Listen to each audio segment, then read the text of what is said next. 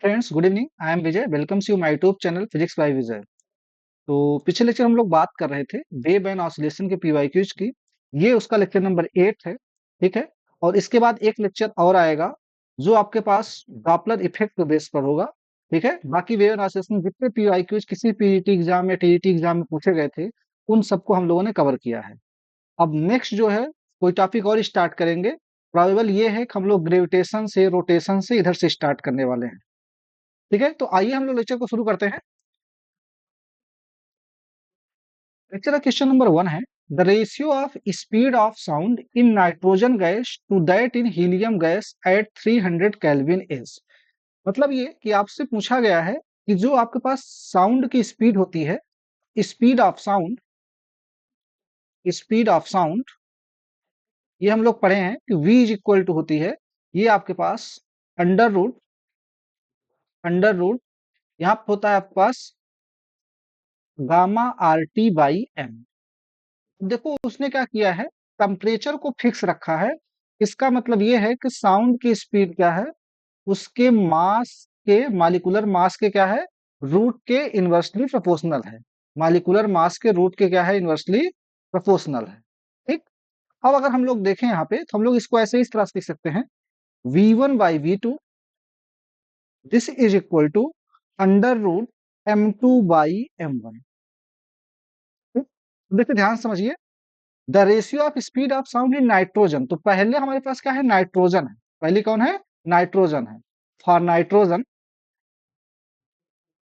और nitrogen gas, उसका मास होगा M1 लेटेस्ट से, ये आपके पास हो जाएगा कितना, 28 हो जाएगा ग्राम। ठीक है। और मास ऑफ हीलियम की बात करूं, और हीलियम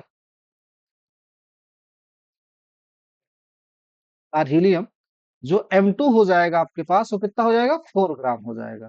तो यहाँ पर अगर हम लोग निकालें V1/V2, तो ये आपके पास आ जाएगा अंडर रूट M2 मतलब क्या, 4 ग्राम, दिस डिवाइड बाई 28 ग्राम। और इसको सॉल्व करके कितना आ जाएगा, ये 1/√7 आ जाएगा। 1/रूट क्या आ जाएगा, 7 आ जाएगा। क्लियर है। ठीक। सो ऑप्शन नंबर हमारे पास क्या है, 1/√7। ठीक। ये कोई ऑप्शन नहीं मैच कर रहा है, यहाँ पे 1/√7 है ऑप्शन बी में। थोड़ा ध्यान दीजिएगा, ये 1/√7 है 17 में। ठीक है। तो ये हमारे पास क्या हो जाएगा, ऑप्शन नंबर बी क्या है, एकदम करेक्ट है। ठीक है। ये टीजीटी एग्जाम 2010 का क्वेश्चन है। आइए क्वेश्चन नंबर 2 क्या है, the velocity of sound waves in air is 340। यहाँ पे ये एक्चुअल में टाइपिंग मिस्टेक है, ये 330 मीटर पर सेकंड है। 330 मीटर पर second. If a particular sound wave in air, the path difference of 40 centimeter is equivalent to phase difference of 1.65 frequency of the wave। तो आपके पास क्या दिया गया है, वेव की स्पीड दी गई है, स्पीड दी गई है वेव की, v is equal to 330 metre पर सेकंड। ठीक है। और पाथ डिफरेंस बताया गया है। पाथ डिफरेंस आपको जो है वो दिया गया है, कितना है, ठीक है, ये है 40 सेंटीमीटर, दैट इज 0.4 मीटर। ठीक है। And equivalent two phase difference, phase difference भी बताया गया है। ये फेज डिफरेंस आपके पास है delta phi, this is equal to 1.65। और आपसे पूछा गया फ्रीक्वेंसी बताइए वेव की क्या होगी, फ्रीक्वेंसी आपको बताना है। तो देखो हम लोग एक रिलेशन पढ़े हैं, relation between relation between phase difference, phase difference and path difference. ये बहुत इंपॉर्टेंट रिलेशन है। इस पर अक्सर पीजीटी में एग्जाम में क्वेश्चन पूछे गए हैं। ये होता है delta phi, this is equal to 2 pi lambda into delta x. Delta x क्या है, पाथ डिफरेंस है। डेल्टा फाई क्या है, फेज डिफरेंस है। और लैम्डा क्या है, उस वेव की वेवलेंथ। ठीक। हम लोग यहाँ से देखो, अगर सारी वैल्यूज को प्लेस करें तो लैम्डा मिल जाएगा। तो देखो यहाँ से लैम्डा हमारे पास आ जाएगा 2 पाई/डेल्टा फाई इंटू डेल्टा एक्स। यहाँ से हम लोग लैम्डा निकाल लेते हैं। तो 2 पाई, डेल्टा फाई देखो हमारे पास दिया है 1.65, और डेल्टा एक्स दिया है 0.4। ठीक है। ये हम लोग पॉइंट से हटा के स्कोर कैंसिल करें तो यहाँ आ जाएगा आपके पास 4 पाई, पाई से पाई कैंसिल कर देते हैं। ये आ गया लैम्डा, आ गया आपके पास 2/4, that is 1/2, that is 0.5 metre. ठीक है। अब आपसे पूछ रहा है कि बताइए इस वेव की फ्रीक्वेंसी क्या होगी। हम लोग पढ़ते हैं, ठीक है, कि एफ इज इक्वल टू ये होता है वी बाई लैम्डा, ठीक है। तो यहाँ हमारे पास देखो क्या है, वेव की स्पीड है 330 और लैम्डा है कितना 0.5, दैट इज इसको हम लोग कितना लिख सकते हैं, v बराबर एफ लैम्डा, ठीक है। यहाँ पे हम लोगों ने फार्मूला अगर लिखा है इसको थोड़ा सही कर लेते हैं,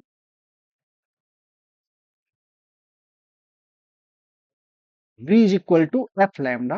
तो यहाँ से हम लोग देखें, अगर देखो तो ये हमारे पास कितना हो जाएगा, ये हो जाएगा F is equal to V by lambda, और v कितना है, ये है 330 और लैम्डा कितना है आपके पास 1/2। इसको अगर हम लोग सॉल्व करते हैं, फ्रीक्वेंसी कितनी आ जाएगी, ये आपके पास आ जाएगी 660 हर्ट्ज, ठीक है। सब कुछ हम लोगों ने सही सॉल्व किया है, सब कुछ हम लोगों ने सही सॉल्व किया है,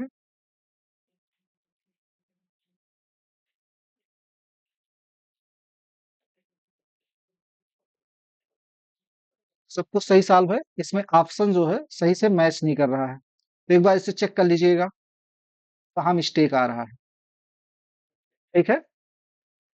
एक बार चेक कर लीजिएगा ये कहाँ पे इसमें दिक्कत आ रही है, ठीक है। आइए देखते हैं क्वेश्चन नंबर नेक्स्ट हम लोग। The velocities of sound at same temperature in two monoatomic gases of density ρ1 and ρ2 are v1 and v2. If ρ1 by ρ2 is equal to 4, then v1 by v2 is equal to। तो देखो हम लोगों ने अभी पढ़ा कि जो स्पीड ऑफ साउंड होती है, स्पीड ऑफ साउंड v, ये होता है आपके पास अंडर रूट, v होता है अंडर रूट, ये होता है gamma P by rho. P क्या होता है, उस मीडियम का प्रेशर होता है, ठीक है, जो गैस पे अप्लाई होता है। रो उसकी डेंसिटी होती है। तो हम लोग यहाँ पे देख क्या रहे हैं कि देखो गिवन मीडियम के लिए प्रेशर फिक्स रहेगा, इसका मतलब वी क्या है, 1/रो के इनवर्सली प्रोपोर्शनल। हम लोग इसको ऐसे लिख सकते हैं, v1/v2 this is equal to under root ρ2/ρ1, ठीक है। तो देखो हमारे पास ये कितना दिया है, ये दिया है क्वेश्चन में कि ρ1/ρ2, इसकी वैल्यू दी गई है 4, तो ρ2/ρ1 कितना हो जाएगा, ये हो जाएगा आपके पास 1/4। तो यहाँ से v1/v2 कितना आ जाएगा, v1/v2 हो जाएगा हमारे पास, ठीक है, ये आ जाएगा अंडर रूट 1/4। अंडर रूट 1/4 का मतलब कितना हुआ, 1/2। सो ऑप्शन नंबर यहाँ पे क्या है, ऑप्शन नंबर सी क्या है, एकदम करेक्ट है, ठीक है। ऑप्शन नंबर सी क्या है, एकदम करेक्ट है, क्लियर है, ठीक। आइए देखते हैं question number next. A string of 7 meter length has mass 0.035 kg. The tension string is 60.5 Newton. Then speed of the wave on string. देखो आपको मालूम है कि जब हम लोग क्या करते हैं, किसी स्ट्रिंग को क्या करते हैं, ऐसे खींच के छोड़ते हैं तो ऐसे से वाइब्रेट करती है, तो उसमें क्या होता है, वेव क्या करती है, प्रोपगेट करती है स्ट्रिंग में। तो जब वेव प्रोपगेट करती है, उसका फार्मूला होता है कि speed of wave in string, in string जैसे वायलिन वगैरह आप लोग खींच के छोड़ते हैं, तो वो होता है कितना, अंडर रूट p/m। और ध्यान रखिएगा यहाँ पे जो यम है, ये होता है मास पर यूनिट लेंथ, मास पर यूनिट लेंथ। तो m अगर हम लोग यहाँ से निकालें, देखो मास कितना दिया है, ये दिया है 0.035 और लेंथ कितना दिया है 7। अगर हम लोग इसको सॉल्व करते हैं तो कितना हो जाएगा, 0.0, ठीक है, 05, ये आ जाएगा आपके पास केजी पर मीटर आ जाएगा, ठीक। तो v हमारे पास कितना आ जाएगा, v is equal to under root T, और t की वैल्यू कितना दिया गया है 60.5, दिस डिवाइड बाई 0.005। इसको अगर हम लोग सॉल्व करते हैं तो ये हो जाएगा आपके पास 60, और यहाँ पे हमारे पास कितना आ जाएगा, ये 5, और यहाँ पे हम लोग बढ़ा देते हैं कितना, देखो 3 जीरो है, तो यहाँ पे 2 जीरो और बढ़ा देते हैं, डिस डिवाइड बाई 5 कर रहे हैं, तो ये हमारे पास कितना आ जाएगा, देखो ये हो जाएगा 5, ये हो जाएगा 12, और यहाँ पे आ जाएगा कितना 1, और यहाँ आ जाएगा डबल जीरो। और आपको मालूम है तो 121 का जो स्क्वायर रूट होता है 11, और 100 का होता है 10, तो ये आपके पास कितना आ जाएगा 110 मीटर पर सेकंड। ये आपके पास क्या आ जाएगी, उस वेव में, ठीक है, जो वेव की स्पीड है उस स्ट्रिंग में, वो आपके पास आंसर आ जाएगा। तो यहाँ हमारे पास क्या हो जाएगा 110, ऑप्शन नंबर डी क्या है, एकदम करेक्ट है। आई होप कि आपको सारी चीज अच्छे से समझ में आ रही होंगी। इससे बाद नेक्स्ट की बात करते हैं, which of the following statements is false। तो इसमें कहा गया है कि कौन सा स्टेटमेंट क्या है, फॉल्स है। देखिए कह रहा है कि साउंड ट्रेवल्स लीनियरली, तो बिल्कुल सही बात है। साउंड एक लॉन्गिट्यूडनल वेव है तो क्या करता है, लीनियरली ट्रेवल करता है। इसका मतलब ये स्टेटमेंट एकदम क्या है, क्लियर है। ठीक है। This sound is a form of energy, बिल्कुल साउंड एक क्या है, एनर्जी का फॉर्म है। आपको मालूम है कि जैसे अगर आपके पास विंडो के आसपास कोई बम ब्लास्ट वगैरह होता है तो विंडो की जो ग्लास होती है वो चिपक जाती है। क्यों? क्योंकि वो जो होता है वो एक फॉर्म ऑफ एनर्जी होता है। वो एनर्जी जब विंडो के ग्लास पे इम्पार्ट होता है तो उसमें क्रैक आ जाता है। इसका मतलब ये भी स्टेटमेंट क्या है, एकदम सही है। ठीक है। Sound travels fast in vacuum, देखिए आपको ध्यान देना पड़ेगा। साउंड एक मैकेनिकल वेव है और मैकेनिकल वेव में कैसी वेव है, लॉन्गिट्यूडनल। ठीक है। और मैकेनिकल वेव को चलने के लिए मीडियम की रिक्वायरमेंट होती है। बट साउंड जो है यहाँ पे कह रहा है कि उसकी स्पीड फास्ट होती है, वैक्यूम में नहीं। साउंड की जो स्पीड होती है वैक्यूम में, ठीक है, वो होती है जीरो। वो क्या होती है, जीरो। तो ये स्टेटमेंट क्या है, गलत है। अगला देख लेते हैं। Sound travels in the form of wave, बिल्कुल साउंड क्या होता है, वेव के फॉर्म में चलता है। ठीक है। और वो वेव कौन सी होती है, लॉन्गिट्यूडनल वेव, जो रेयर फ्रैक्शन और कंप्रेशन के रूप में क्या होती है, आगे बढ़ती है। और रेयर फ्रैक्शन पे क्या होता है, हमारे पास प्रेशर मिनिमम होता है और कंप्रेशन पे प्रेशर क्या होता है, मैक्सिमम होता है। ठीक। कंप्रेशन पे डेंसिटी मैक्सिमम होती है और रेयर फ्रैक्शन पे हमारे पास डेंसिटी क्या होती है, मिनिमम होती है। तो यहाँ पे बात करें कि कौन सा स्टेटमेंट इनकरेक्ट है, तो ऑप्शन नंबर सी क्या है, एकदम ठीक है, इनकरेक्ट है। क्लियर है ये बातें? ठीक है। Question number next. The speed of sound in air is 350 meter per second. The fundamental frequency of open organ pipe of length 50 centimetre will be. आपके पास क्या है, एक ओपन आर्गन पाइप है। ओपन आर्गन पाइप को हम लोगों ने पहले डिस्कस किया था। ओपन आर्गन पाइप का मतलब ये हुआ कि ऐसा पाइप, ठीक है, जिसकी लेंथ काफी ज्यादा हो, ठीक है, और डायमीटर बहुत कम हो, उसे हम लोग बोलते हैं आर्गन पाइप। अब आर्गन पाइप में अगर दोनों एंड ओपन हो तो उसे बोलते हैं ओपन आर्गन पाइप। और अगर एक एंड क्लोज्ड और एक एंड ओपन हो, उसे बोलते हैं हम लोग क्लोज्ड आर्गन पाइप। तो ये हमारे पास क्या हो, दोनों एंड ओपन हो गए, ये हो गया ओपन आर्गन पाइप। ठीक है। इसकी लेंथ दी गई है कितना, ठीक है, ये है आपके पास 50 सेंटीमीटर, या फिर मीटर लिखूं तो कितना है, 0.5 मीटर है। ठीक है। तो यहाँ पे क्या है कि इसमें साउंड जो है 350 मीटर पर सेकंड की स्पीड से प्रोपेगेट करता है। फंडामेंटल फ्रीक्वेंसी बताइए। तो पहली बात ध्यान रखिएगा, फॉर ओपन आर्गन पाइप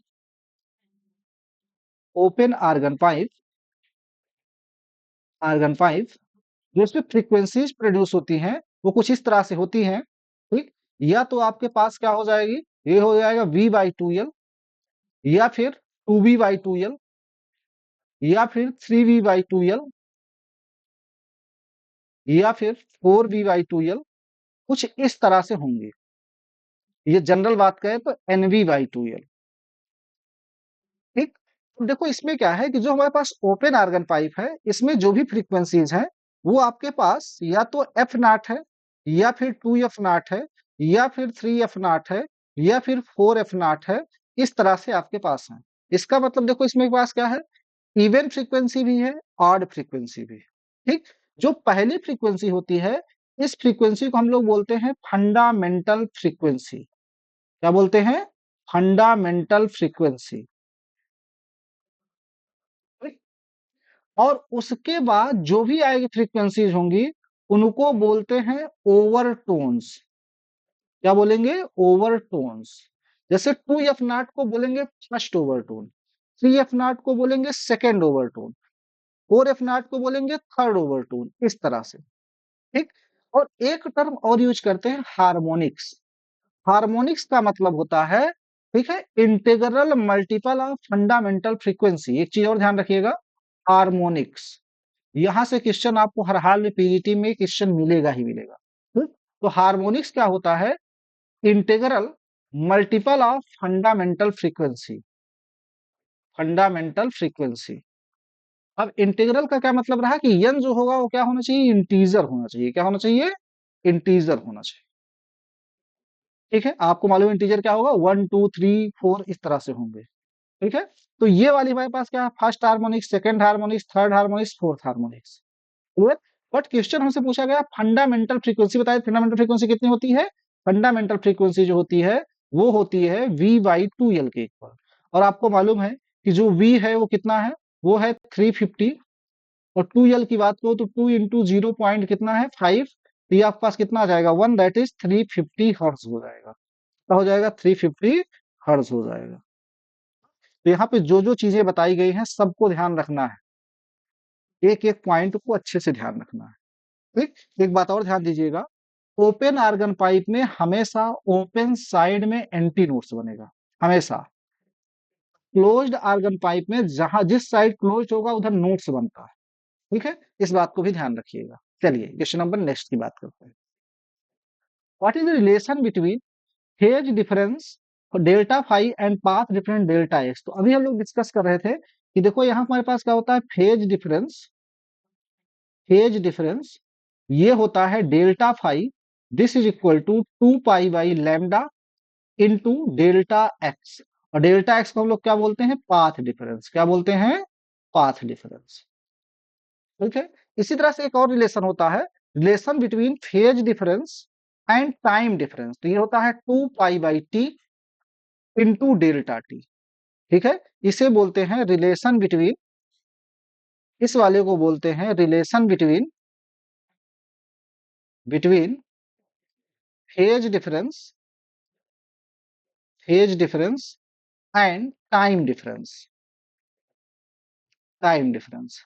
और ऊपर वाले रिलेशन को बोलेंगे relation between phase difference and path difference. Relation between phase difference and path difference. Clear है? तो आइए देखिए ऑप्शन हम लोग देखते हैं कौन सा हो जाएगा, delta phi this is equal to 2 pi lambda into delta x. Option number A क्या है, करेक्ट है। तो दोनों रिलेशन ध्यान रखिएगा, इन पर पीजीटी में हमेशा कोई ना कोई क्वेश्चन पूछ ही लिया जाएगा। कई बार पूछ लेगा वेवलेंथ क्या होगी, कहीं पूछ लेगा फ्रीक्वेंसी क्या होगी। ठीक है, कहीं पूछ लेगा वेव की स्पीड क्या होगी। तो सारी चीजें इन्हीं फार्मूले से हम लोग निकाल लेते हैं। ठीक है, क्योंकि जैसे हमको लैम्डा मिल जाए हम लोग क्या यूज कर लेते हैं v is equal to F lambda. ठीक है, अब हम लोग फ्रीक्वेंसी जानते रहेंगे, लैम्डा जान गए हैं, वेव की स्पीड बता देंगे। अब वेव की स्पीड बता देगा, लैम्डा पूछ लेगा, तब भी हम लोग क्या करेंगे, इसी फार्मूले का यूज करके हम लोग आराम से निकाल सकते हैं। इसको आप लोग अच्छे से ध्यान रखिएगा। क्वेश्चन नंबर नेक्स्ट है, the sound waves in hydrogen gas of which type. ठीक है, जो साउंड वेव होती है हाइड्रोजन गैस में वो किस तरह की होती है। तो देखो आपको मालूम है कि देखो जो हमारे पास वेव्स होती हैं, जो वेव होती हैं वो दो तरीके की होती है। एक होती है मैकेनिकल वेव, एक क्या होती है मैकेनिकल वेव। मैकेनिकल वेव ऐसी वेव को बोलते हैं जिनको चलने के लिए मीडियम की रिक्वायरमेंट होगी। मतलब ये वेव तभी प्रोपोगेट कर पाएंगी जब मीडियम रहेगा। ठीक, दूसरी वेव होती है इलेक्ट्रोमैग्नेटिक वेव। दूसरी वेव होती है इलेक्ट्रोमैग्नेटिक वेव। इलेक्ट्रोमैग्नेटिक वेव ऐसी वेव को हम लोग बोलते हैं, ठीक है, जिनको मीडियम की रिक्वायरमेंट नहीं होगी। मीडियम की रिक्वायरमेंट क्या होगी, नहीं होगी। ठीक, मतलब मीडियम रहेगा तब भी चल लेंगी, मीडियम नहीं रहेगा तब भी चल लेंगे। ठीक है, तो देखो जो मैकेनिकल वेव में होता है, ये आपको मालूम है इसका एग्जांपल होता है साउंड वेव। साउंड वेव, ठीक। इलेक्ट्रोमैग्नेटिक वेव में जो भी हम लोग पढ़ते हैं क्या क्या, लाइट, आपके पास कोई भी लाइट हो, रेडियो वेव, ठीक है, उसके बाद microwave, ultraviolet, x ray, gamma ray, ये सब के सब क्या है आपके पास इलेक्ट्रोमैग्नेटिक वेव। ठीक? इसके साथ साथ ध्यान रखिएगा, चलने के बेसिस पर वेव का क्लासिफिकेशन दो टाइप का है। एक होता है आपके पास लॉन्गिट्यूडनल, एक होता है लॉन्गिट्यूडनल, दूसरा होता है ट्रांसवर्स। ट्रांसवर्स, इसे थोड़ा समझ लीजिए अच्छे से ध्यान से, कॉन्सेप्चुअल पॉइंट। लॉन्गिट्यूडनल का मतलब यह है कि अगर मीडियम के पार्टिकल्स जिस साइड वेव चल रही है उधर ही क्या करे प्रोपगेट करे, उसे बोलते हैं लॉन्गिट्यूडनल वेव। जैसे साउंड क्या है, ये लॉन्गिट्यूडनल वेव है। मैकेनिकल वेव में कौन सी वेव है, लॉन्गिट्यूडनल वेव, लॉन्गिट्यूडनल वेव। और अगर वेव हम लोग देखें स्प्रिंग में जो प्रोड्यूस होती है, वो आपके पास कौन सी है, ट्रांसवर्स वेव है। ठीक है, है मैकेनिकल वेव, लेकिन कौन सी वेव है? Transverse wave. इसका मतलब जो मैकेनिकल वेव है, अगर हम लोग ध्यान से समझें, तो जो मैकेनिकल वेव है, ये लॉन्गिट्यूडिनल भी हो सकती है, लॉन्गिट्यूडिनल भी हो सकती है, लॉन्गिट्यूडिनल भी हो सकती है, और ट्रांसवर्स भी हो सकती है, ट्रांसवर्स भी हो सकती है। बट इलेक्ट्रोमैग्नेटिक वेव जो होती है वो हमेशा ट्रांसवर्स नेचर की होती है, हमेशा क्या होती है? ट्रांसवर्स नेचर की होती है। ये बहुत इंपॉर्टेंट पॉइंट। ठीक। तो अब आपको मालूम है साउंड वेव एक मैकेनिकल वेव है, ठीक है, वो मीडियम रहेगा तभी चल पाएगी, और उस मीडियम में कौन सी वेव होनी चाहिए? लॉन्गिट्यूडनल। इसका मतलब ऑप्शन नंबर बी क्या है? एकदम करेक्ट है। क्लियर है ये बातें? ठीक है, ये थोड़ा सा अच्छे से समझ लीजिएगा। ठीक। क्वेश्चन नंबर नेक्स्ट देखते हैं। क्वेश्चन नंबर नेक्स्ट है ना, argon pipe of 0.5 meter is open at both ends. What is the frequency of fundamental node? ठीक है, अभी अभी शायद हम लोगों ने सॉल्व किया था, ये आया था कितना? 350 आया था। तो सेम क्वेश्चन ये है आपके पास। ठीक है, ये सेम क्वेश्चन रिपीट हो गया है, देख लीजिएगा एक बार।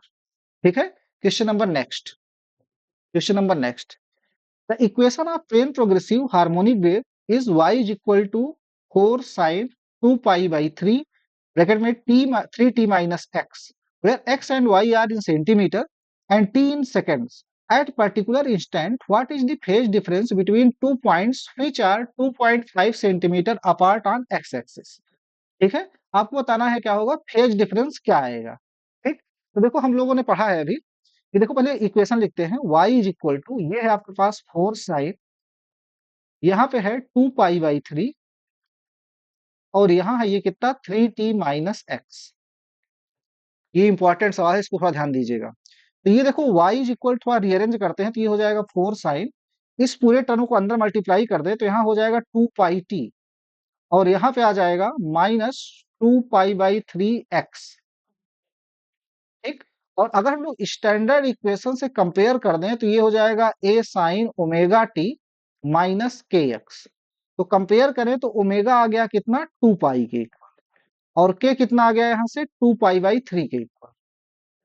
ठीक, तो देखो हम लोग जो रिलेशन पढ़ते हैं, अगर के इज इक्वल होता है 2 पाई बाई लैम्डा। ठीक है, तो देखो अगर 2 पाई बाई लैम्डा कर देंगे 2 पाई बाई 3 के इक्वल है, तो यहाँ से लैम्डा आ गया 3 सेंटीमीटर के इक्वल। ठीक है, कितना आ गया? 3 सेंटीमीटर के इक्वल आ गया। ठीक है, अब थोड़ी सी बात को ध्यान दीजिए। अब कह रहा है आपके पास कि देखो हमारे पास एक रिलेशन होता है क्या? फेज डिफरेंस और पाथ डिफरेंस के बीच होता है delta phi is equal to 2 pi by lambda into delta x.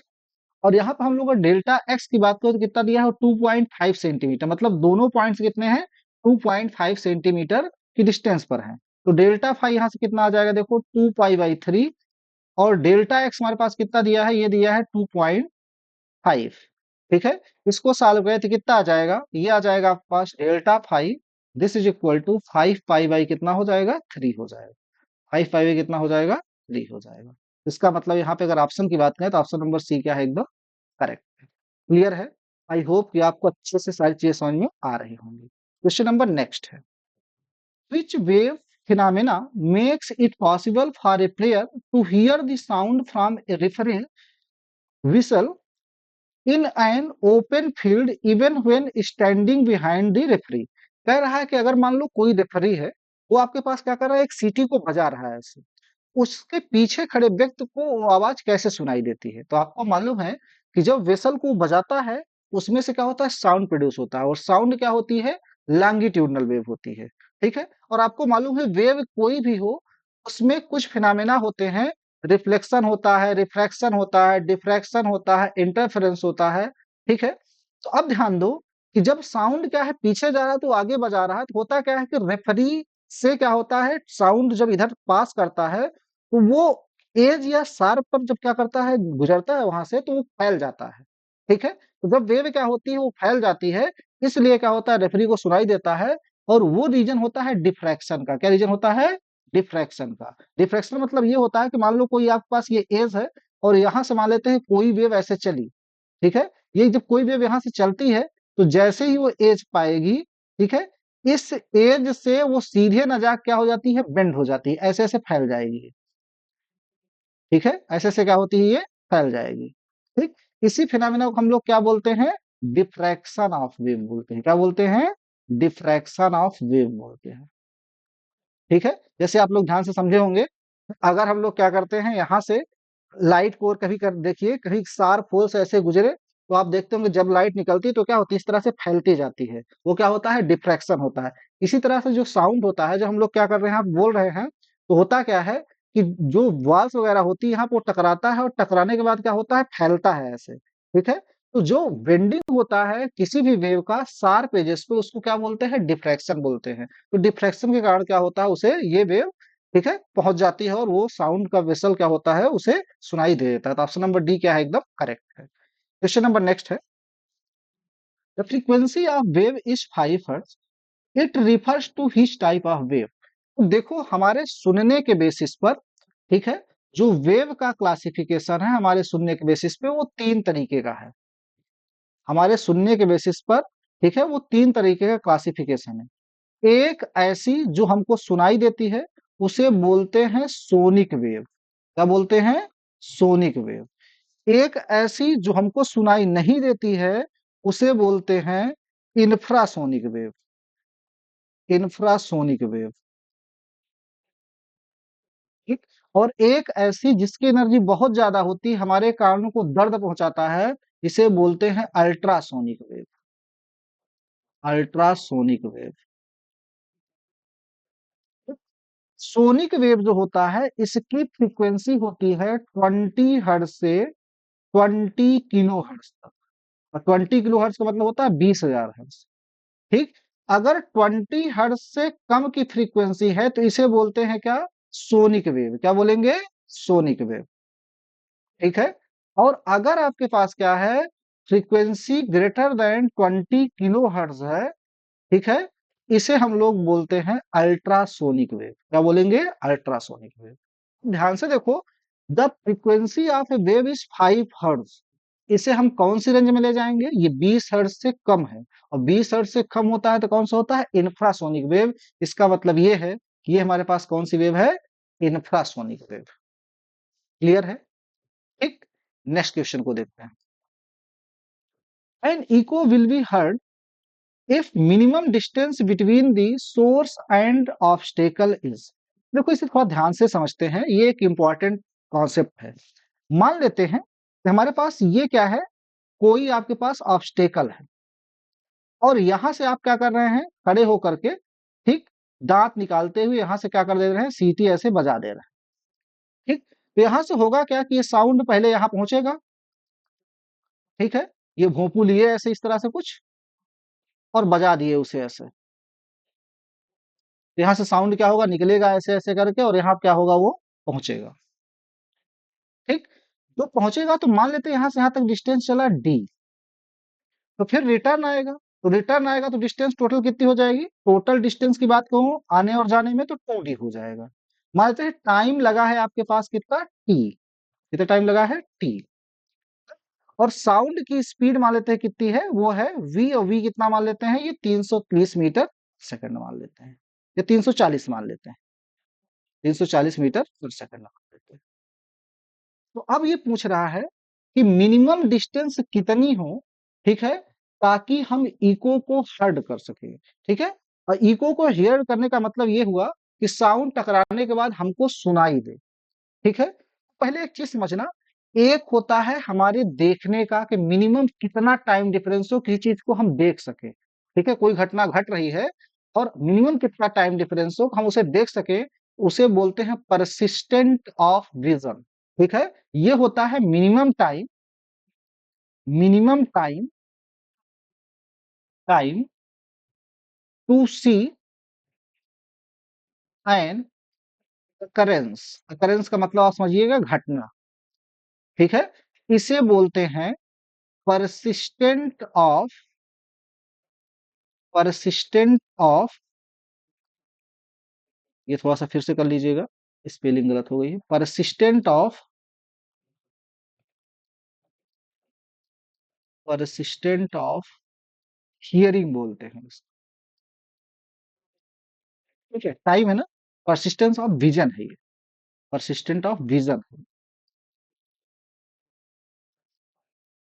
Persistent of vision. Clear? तो देखो जो परसिस्टेंट ऑफ विजन होता है, ठीक है, वो होता है आपके पास, टाइम जो लगता है वो होता है 1/10 सेकंड का। आप ध्यान से देखिएगा, कोई भी घटना आंख से देख हम तभी सकते हैं जब 0.1 सेकंड से ज्यादा का टाइम लगे। अगर उससे कम का टाइम लगेगा ना तो उसे हम देख ही नहीं पाएंगे। ठीक है, तो देखो हमारे पास हम लोग पढ़ते हैं, तो यहाँ से speed equal distance upon time, तो टाइम कितना हो जाएगा, 2d बाई कितना हो जाएगा, v हो जाएगा। ठीक, अब आपको मालूम है कि ये टाइम क्या होना चाहिए, ठीक है, ये टाइम हमारे पास क्या हो कि इससे बड़ा आ जाए।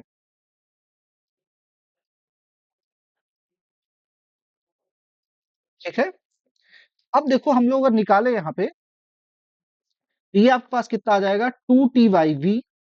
ठीक है, ये वैल्यू क्या हो आपके पास, d से ज्यादा। ठीक है, देखो t की वैल्यू कितनी है, 1/10, दैट इज 0.2। ठीक है, और यहाँ हमारे पास देखो, हाँ ठीक है, यहाँ गड़बड़ लिख रहा हूँ हम लोग, एक सेकंड, यहाँ मिस कर दिया इसमें। तो देखो यहाँ हमारे पास कितना हो जाएगा, अगर हम लोग d लिखें तो ये हमारे पास कितना हो जाएगा, vt बाई कितना आ जाएगा, 2। दिस इज ग्रेटर देन क्या हो जाएगी, d।